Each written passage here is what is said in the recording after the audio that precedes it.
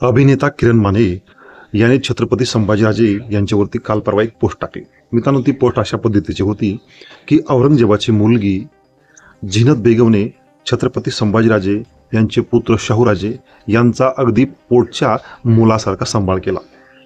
औरंगजेबाच्या कैदेमध्ये असताना शाहूराजे आणि येसूबाई यांचा अगदी चांगल्या पद्धतीने सांभाळ झीनतने केला.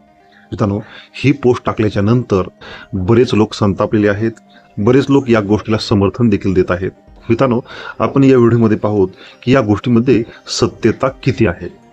मित्रांनो, लक्षात घ्या, औरंगजेब हा क्रूर कर्मा तर होताच, ती एक वृत्ती होती. एक माणूस म्हणून तो अतिशय क्रूर पद्धतीने वागला होता.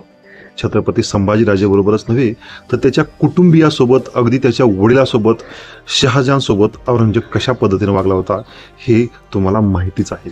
त्याने आपल्या भावाचा खून करून, त्याची हत्या करून त्याने आपलं सिंहासन मिळवलं होतं.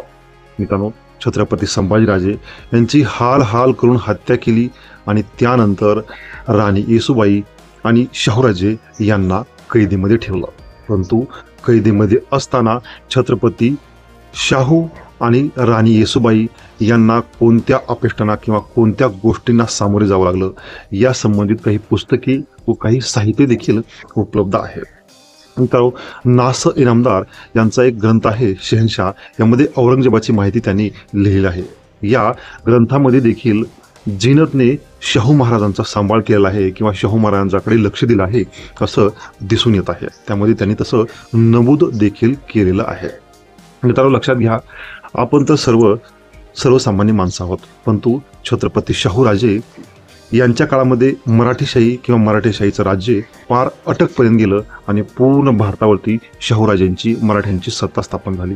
आणि या शाहूराजांनी आपल्या राजधानीमध्ये म्हणजे साताऱ्यामध्ये एक मस्जिद उभारली आणि त्या मस्जिदीला नाव दिलं बेगम मस्जिद. आणि मित्रांनो, ही मस्जिद कोणाच्या नावे होती? ती औरंगजेबाची मुलगी झीनत हिच्या नावाने. मग यामागचं कारण काय असेल?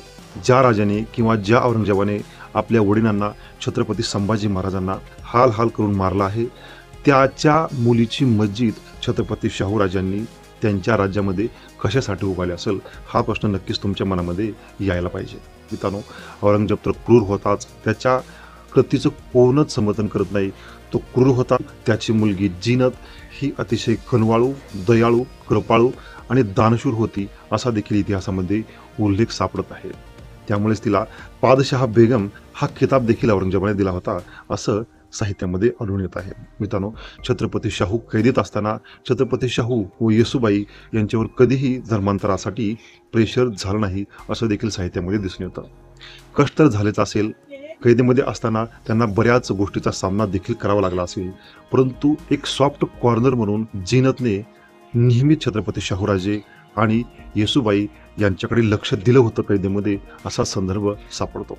त्यामुळेच छत्रपती शाहूराजे व येसूबाई कैदेत असताना चांगल्या पद्धतीत जगत नसतील, परंतु थोडा बहुत तरी दिलासा झीनतमुळे नक्कीच छत्रपती शाहूराजे व येसूबाई यांना मिळाला आहे.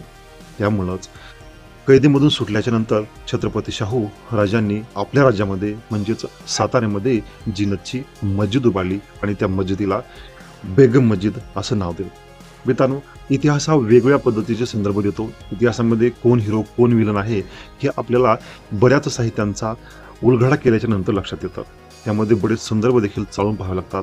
औरंगजेब देखील एक क्रूर कर्मा होता, परंतु त्याची मुलगी झीनत ही नक्कीच एक चांगली व्यक्ती आपल्याला म्हणावी लागेल. त्यांनी छत्रपती शाहूराजांचा सांभाळ केला.